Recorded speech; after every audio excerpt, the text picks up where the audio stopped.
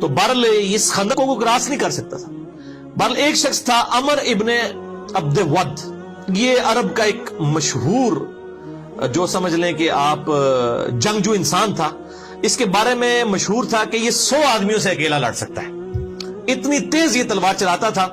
اور یہ کسی میدان جنگ میں کبھی اس کو مات نہیں ہوئی تھی، جب بھی کسی سے لڑا اس نے اس کو قتل کیا. اور یہ یعنی 90 سال اس وقت اس کی عمر ہو چکی ہوئی تھی. یہ بھی مشرکین عرب کی طرف سے مسلمانوں کے خلاف لڑنے کے لیے آیا. اس نے جو ہے وہ اپنے گھوڑے کو جو ہے وہ ایڑی لگائی اور خندق پھلانگ کے دوسری طرف آ گیا. اب آ کے وہ للکار رہے کہ کوئی ہے آ کے میرا مقابلہ کرے. کسی کی جرت نہیں ہوئی کہ وہ اس شخص کے سامنے آئے، کیونکہ اس شخص کے سامنے آنے کا مطلب موت تھا. 3 دفعہ اس نے للکارا. نبی صلی اللہ علیہ وسلم کے صحابہ میں سے صرف سیدنا علی تھے جنہوں نے تینوں دفعہ اٹھ کے اس کا مقابلہ کرنے کے لیے چیلنج کو قبول کیا، لیکن تینوں دفعہ نبی صلی اللہ علیہ وسلم نے ان کو ہاتھ سے پکڑ کے بٹھا دیا کہ تم نے نہیں اٹھنا. ظاہر ہے وہ سیدنا علی کی ایک فضیلت باقی لوگوں کے اوپر ظاہر کرنی تھی کہ یہ اتنی دلیری دکھا رہا ہے، اور کوئی شخص نہیں اٹھا. تینوں دفعہ سیدنا علی اٹھنے لیکن نبی صلی اللہ علیہ وسلم نے بازو سے پکڑ کے بٹھا دیا.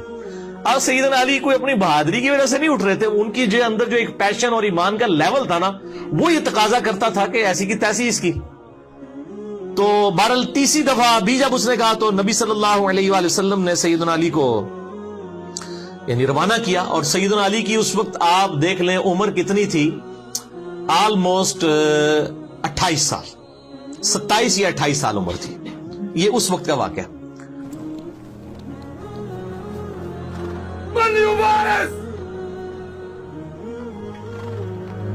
يا عمرو إنك قد كنت عاهدت الله ألا يدعوك رجل من قريش إلى إحدى خلتين إلا أخذتها منه. اجل. تو اب وہ جب سامنے آیا تو سیدنا علی کے جو والد تھے ابو طالب، ان کے ساتھ اس کی دوستی تھی عمر ابن عبد ود کی.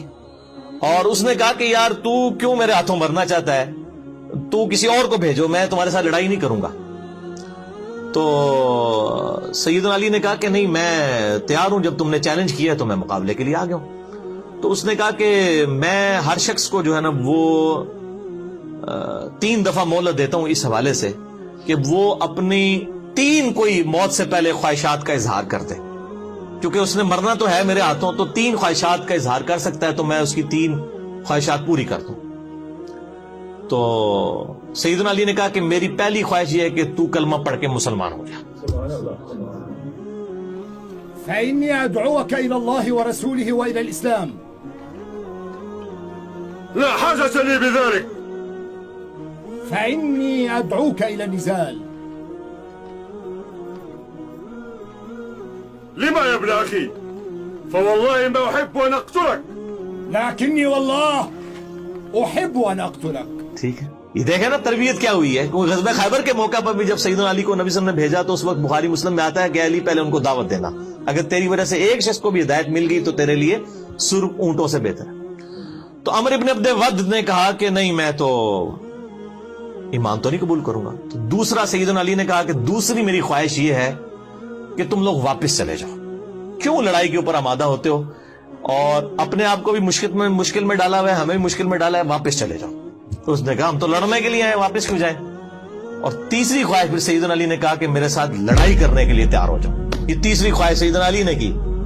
ٹھیک ہے، تو بہرحال ایک وار کے اندر ہی اس کا کام تمام کر دیا سیدنا علی رضی اللہ تعالیٰ عنہ نے، اور اس کو جہنم واصل کر دیا عمر ابن عبد ود کو. یہ بہت بڑا ایک واقعہ تھا، اور اس کی اتنی ڈیٹرس پڑی مشرکین عرب کے اوپر کہ ان کے پاؤں پھر لڑکھڑا گئے. پھر کسی نے جرت نہیں کی دوبارہ خندق کو کراس کرنے کی، کیونکہ ظاہر ہے جب ان کا سب سے بڑا جرنیل جس کے اوپر ان کو مان تھا تو وہ ایک 27 سال کے لڑکے کے ہاتھوں مارا جاتا ہے. ظاہر ایک ینگ ایج کا بندہ،